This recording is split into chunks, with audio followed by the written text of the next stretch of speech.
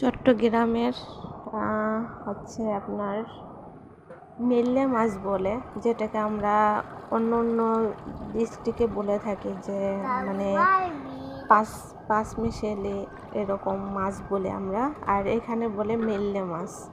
মানে মেল্লে মাছ হতো মানে এখানে অনেক ধরনের মাছ থাকে, সামুদ্রিক মাছ বিশেষ করে এখানে অনেক ধরনের মাছ থাকে, এর জন্য এরা বলে মেল্লে মাছ চট্টগ্রামের ভাষায় আর কি। আর আর আমি এই চট্টগ্রামের মানে মেল্লে মাছ দিয়ে আর চট্টগ্রামের মানে রান্না টক পাতা দিয়ে মেল্লে মাছ রান্না করব। চলেন আমরা দেখে নিই। আর আমি একটা স্বাদ, আর আমি একটা মজা, এত মজা লাগে যে মানে বলে বোঝাতে পারবো না।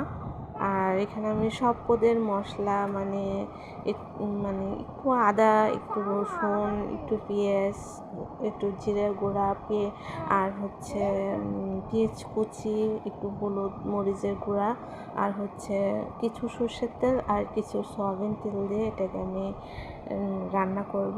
চলেন আপনাদেরকে দেখাই। আর এই রান্নাটা মানে এত মজা, আপনি মাছগুলোকে শুধুই খেয়ে ফেলতে পারবেন না। আর ভাতের সঙ্গে তো অনেক গরম গরম ভাতের সঙ্গে আসলে অনেক টেস্টি, অসাধারণ একটি মাছ। প্রথম তো আমি এগুলোকে সোজা কথা রান্না করতে গেলে মনে হচ্ছে আলু ভর্তা করে ফেলতাম, এমন অবস্থা। কিন্তু মাশাআল্লাহ এখন মাছটা খুব সুন্দর করে রান্না করতে পারে, আর আমার পরিবারের সবাই এটা পছন্দ করে, অনেক মজা করে খায়। যেদিন আমি মাছটা ভুনা করি ওদের কাছে নাকি অনেক ভালো লাগে, অনেক মজা লাগে।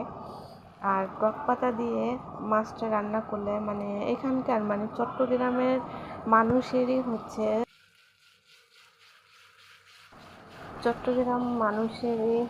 আপনার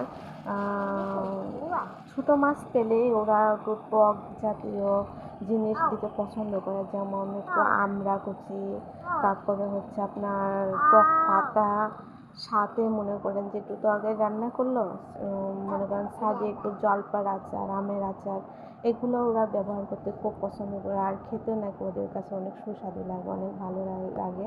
আসলে এই টক পাতা দিয়ে যে ছোটো মাছ রান্না করা যায়, খাওয়া যায়, আমি আগে কখনোই ভাবিনি, কখনো দেখিও নি। বাট এই চট্টগ্রামে এসে মানে এই জিনিসটা আমি খাওয়া শিখেছি। আর এত মজাদার একটা খাবার, এত মজা লাগে এটা খেলে। আসলে যারা না খেয়েছেন অথচ তারা অনুভব করতে পারবেন না, আর যারা খেয়েছেন তারা তো জাস্ট একটা লাইক দিবেন।